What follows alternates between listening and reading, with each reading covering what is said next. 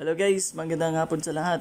Ayan, so meron na po tayong order. Ayan, customer again po from Turil, ayan, Davao City. Ayan, so yung order niya po is yung Piso Wi-Fi plus SIM-based na internet na package na 16,000 po ang package, okay? Kasi meron kasi tayong tatlong variety ng Piso Wi-Fi plus SIM-based. Meron tayong 15,000, may 16,000 at saka merong 17,000. Okay? Kaya siya naging 16,000 kasi yung kasama sa package na outdoor extender dyan is yung TP-Link 110. Ayun. Kaya siya 16,000. Okay? Kapag Comfast EW71, 15,000 yun. And then kapag Comfast EW73, yan yung 17,000. Okay? So this time, 16,000 yung order ng customer natin from Turil. So ito yung makukuha ng customer natin. Yan, Piso Wi-Fi plus SIM-based. Yan, so meron siyang outdoor extender na TP-Link 110. Yan, so ito yung itsura niyan. Syempre yung dalawang tig 10 meters na Cat6 LAN cable, yan. So dalawa po yan, tig 10 meters po. Yan yung sukat, yung niyan. Yung niya, meters, okay? Ayan. So and then yung dalawang tig 10 meters, hindi pala, yung 2x3 pala na tarpaulin. Ayan. Syempre hindi mawawala yan. Nandiyan yan always sa package natin. Yung 2x3 tarpaulin para meron kang pang ads doon sa area mo para makita nila na meron kang Wi-Fi vendo. Ayan. And then syempre yung ating vendo na curve box. Yan. So makikita nyo curve yan. Okay. Naka anti-hook na yan. Okay. And then naka lead frame. Ayan. So dahil SIM-based internet ito plus SIM-based excuse me, SIM-based internet, yan, syempre kasali dyan yung open line modem. Okay, yan, open line modem, meaning pwede mong saksakan yan kahit na anong SIM. Yan, so kasama sa package natin is yung GOMO SIM. Yan, naka-insert na dyan.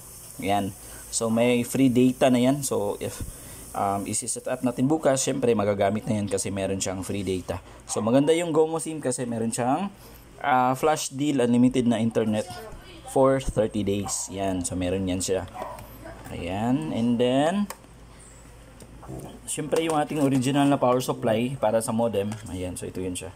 Ayan. For powering the modem. And then, syempre yung ating Memo hybrid antenna na 36 dBi. Ayan. Kasali. Yan. Para ano to? Para sa modem ito. Para at least yung modem is stable yung sagap ng internet niya. So dito yan siya ilalagay sa likod. Yan, matatanggal ito, natatanggal ito. And then syempre ilalagay natin dito, yan sa likod yan. Para maging stable yung sagap ng internet ng modem. Okay? Ayan, so good po. 16,000 na package po ito lahat. Okay? Kaya siya naging 16 kasi yung kasama na outdoor extender ay yung TP-Link 110. Sige, try natin mag-connect dyan sa sa outdoor extender ng customer natin. So yung gusto niya pala ipangalan dyan, dito punta tayo sa isang phone. Yan. So yung gusto niya ipangalan dyan is yung Nice Piso Wi-Fi. Ayan, so ito yun siya, Nice Piso Wi-Fi. Ayan. Pero bago yan, nag-request yung customer natin na yung tatanggapin lang ng coin slot is yung yung 5 pesos, 10 at saka 20. So hindi, kapag maghulugan niya piso, hindi yan tumatanggap. Sige, try natin. Okay, connect tayo sa Nice Piso Wi-Fi. Ayan. So, a few seconds, syempre magpa-pop up yan sa customer portal. Yan, click natin yung window rates. Ayan, so yan yung default rates. Ayan. Sige, if gusto na maghulog, click natin yung insert coin. Sige, pero try muna natin hulugan ng piso. Yan, hulugan natin yan ng piso, click natin yung insert coin kasi yung gusto kasi ng customer 5 pesos to 20 pesos lang yung yung dapat tanggapin ng coin slot ng vendo. Okay, sige, try natin. Hulog tayo na. Click natin yung insert coin. Okay, hulugan ko muna yan ng ng piso, 2 piso yan. So makikita nyo. Ayan. Ayan, so makikita nyo hindi yan tumatanggap. Okay? Now, hulugan ko ng bagong 5 peso na circle. Ayan. So, ayan. So, kita nyo. And then, yung 5 pesos na nonagon bago. Ayan. Hulog ko na. Ayan. Okay. And then, yung lumang 5 peso coin. Ayan. Hulog ko na. Okay. Ayan. And then yung lumang 10 peso coin. Ayan. Okay. Makikita nyo dyan. Okay. Okay, and then yung bagong 10 peso coin, ayan. Hulog ko na. Okay, kunin ko lang yung 2 piso. And then last one is yung 20 peso coin, again. Ayan, so makikita nyo. So ayan, tama yung pagbasa ng coin slot. Okay, sige, try natin ulit yung 1 peso. Ayan, so yung gusto pala ng customer is 5 pesos only. Dapat hindi siya tumatanggap ng piso. Sige, try ko hulugan ng yung piso. Ihulog ko yung dollar. Ayan, so makikita nyo, hindi siya nag-credit kasi hindi tinatanggap ng coin slot yung piso.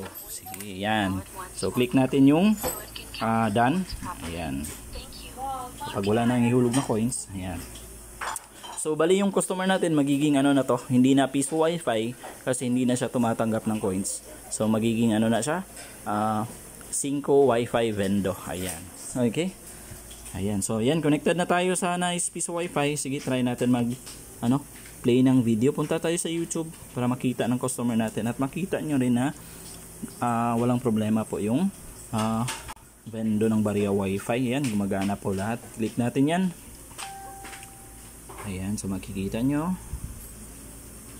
Ito lang. Ayan, so disclaimer lang po. Ayan, so yung vendor po is nagdedepende lang po yan sa internet connection. Kapag mahina po yung internet nyo, meaning mahina din yung vendor. Okay? Ayan, so nagplay na siya. Ayan. Ayan, so nagplay siya. So makikita nyo sa taas, connected tayo sa nice piso wifi. Ayan. So click, play tayo ulit ng isa. Ayan, play natin yan. Ayan. Gagawa tayo ng mango pie. I'm gonna be a baking mama. Okay. Ayan, so makikita nyo, nag-play ulit yung video. And then connected tayo sa nice piso wifi, meaning gumagana po yung vendor natin. Again po, 5 wifi vendor na po ito kasi hindi po ito tumatanggap ng piso. 5 only, yung 10 pesos at saka yung 20 pesos. Yan po yung kasi nag-request po kasi yung customer natin na dapat hindi tumatanggap ng piso. Ayan.